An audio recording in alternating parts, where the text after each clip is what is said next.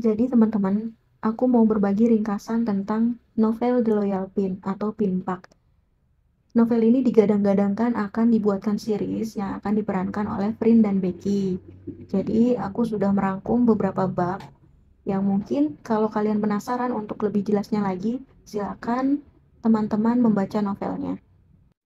Bab 1 tentang pohon plam hitam raksasa.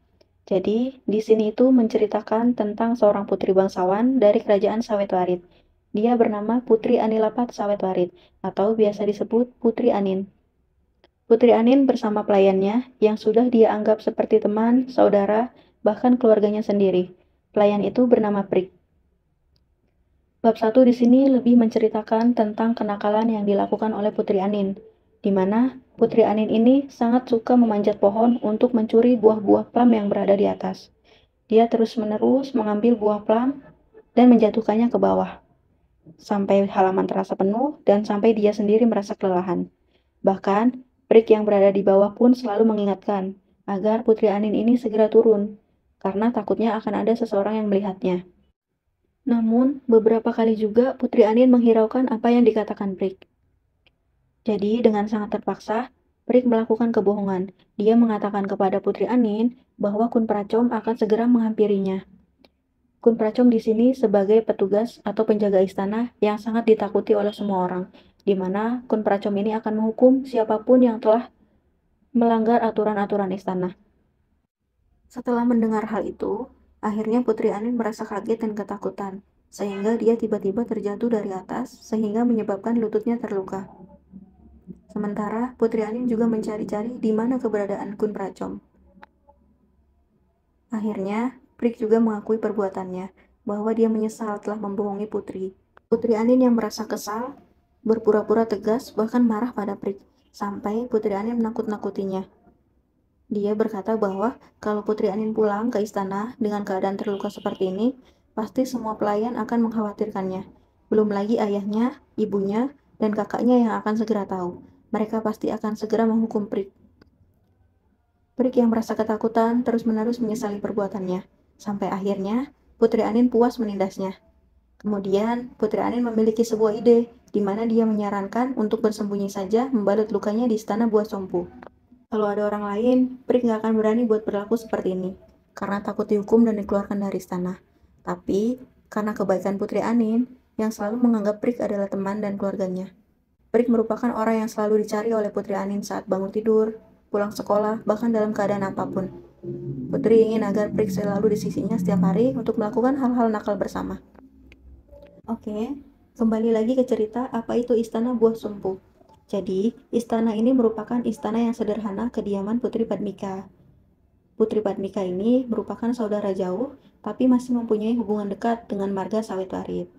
2 tahun yang lalu, Padmika mengadopsi Pilantita Kasidit atau Kunpin. Kunpin merupakan putri tunggal dari kakak laki-lakinya. Dikarenakan orang tua dari Kunpin, Pangeran Pia dan Kun Erp, mengalami kecelakaan perahu sehingga merenggut nyawa keduanya. Kunpin tumbuh besar di sana, gadis cantik yang selalu berpenampilan rapih. Dia sangat tenang dan pendiam, beda sekali dengan Putri Anin. Setelah Putri Anin dan Prik sampai di istana, Kunpin ini bertanya-tanya dengan apa yang terjadi kepada Putri Anin sampai dia berjalan pincang seperti itu. Dengan jahilnya, Prik mengatakan bahwa Putri Anin nakal, dia memanjat pohon seperti monyet.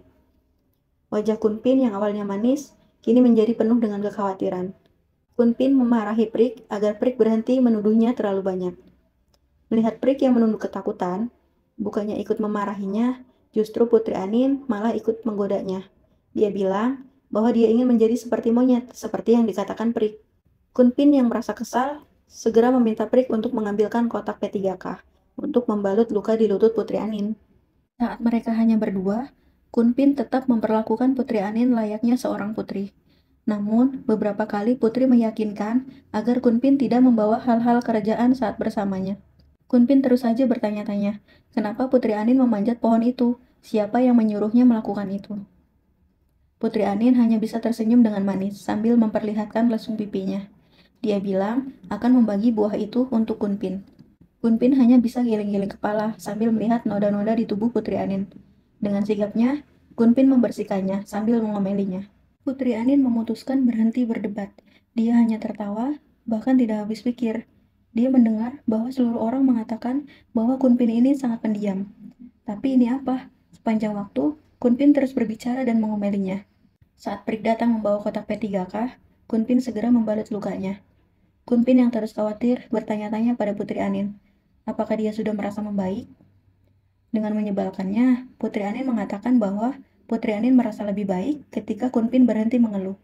Kunpin yang tampak tenang tiba-tiba melebarkan matanya. Setelah semua terselesaikan, Putri Anin meminta Prik menyiapkan lada dan garam untuk segera memakan buah plum itu. Saat buah plum sudah siap, dengan tergesa-gesa Putri Anin mengambilnya. Namun, belum sampai itu, tangan Putri Anin dipukul oleh Kunpin. Ternyata Putri Anin belum mencuci tangannya, sehingga Kunpin marah. Lihat, tangannya sangat kotor setelah terjatuh dari pohon itu. Prik segera mengambil mangkuk untuk cuci tangan sang putri. Kunpin segera meraih tangan putri dan membantunya membersihkannya. Lalu, Putri Anin tampak sedih dan terus membolak-balikan tangannya yang terlihat memerah.